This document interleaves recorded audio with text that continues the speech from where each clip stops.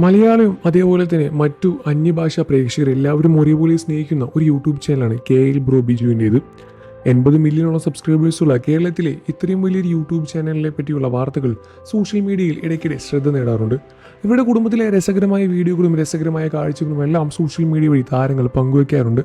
കുടുംബത്തിലെ എല്ലാ അംഗങ്ങളും ഉൾപ്പെടുന്ന ഒരു യൂട്യൂബ് ചാനലിൽ വലിയ രൂപത്തിലുള്ള വിമർശനവും നേരിടാറുണ്ട്.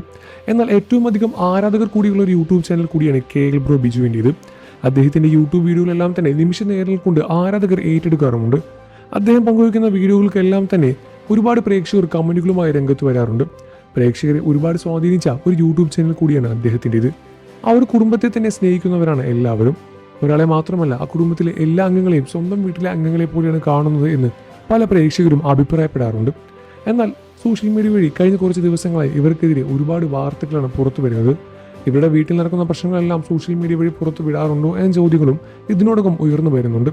ഇപ്പോൾ കഴിഞ്ഞ ദിവസം ബിജുവിൻ്റെ ഭാര്യ കവിതയുടെ പല്ല് ലേശം പൊന്തി എന്ന് പറഞ്ഞുകൊണ്ടല്ല തന്നെ ആദ്യം ഒരുപാട് കമൻറ്റുകളെല്ലാം വന്നിട്ടുണ്ടായിരുന്നു. എന്നാൽ പിന്നീട് അത് അവരുടെ സൗന്ദര്യമായി തന്നെ പ്രേക്ഷകർ കാണാൻ തുടങ്ങി. അവരുടെ സൗന്ദര്യം ആ പല്ലിലാണ് എന്നാണ് മിക്ക ആളുകളും കമൻറ്റ് ചെയ്യാറുള്ളത്. എന്നാൽ ഇപ്പോഴിതാ കവിത രംഗത്ത് വന്നിരിക്കുകയാണ്. താൻ അനുഭവിച്ച വേദനകളും താൻ അനുഭവിച്ച പരിഹാസങ്ങളും തൻ്റെ മകൻ അനുഭവിക്കുമോ എന്ന പേടി തൻ്റെ ഉള്ളിൽ എന്നുമുണ്ട് എന്നും അതുകൊണ്ട് തന്നെ അവന് ട്രീറ്റ്മെൻറ്റുമായി മുന്നോട്ട് പോവുകയാണ് എന്നുമാണെന്നാണ് കവിത രംഗത്ത് വന്നിരിക്കുന്നത്. കവിതയുടെ വാക്കുകൾ സോഷ്യൽ മീഡിയ ഏറ്റെടുത്തിരിക്കുകയാണ്.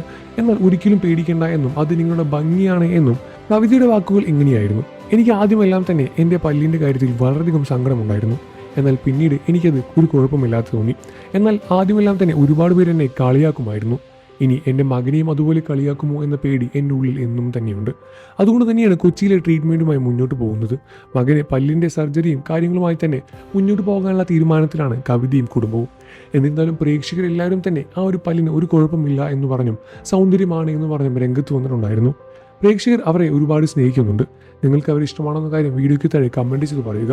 വാർത്തകളും വിശേഷവും എത്രയും പെട്ടെന്ന് അറിയാൻ നമ്മുടെ വീഡിയോ ഒന്ന് ലൈക്ക് ചെയ്ത് ചാനൽ ഇപ്പോൾ തന്നെ സബ്സ്ക്രൈബ് ചെയ്ത് സപ്പോർട്ട് ചെയ്യണേ ഫ്രണ്ട്സ്.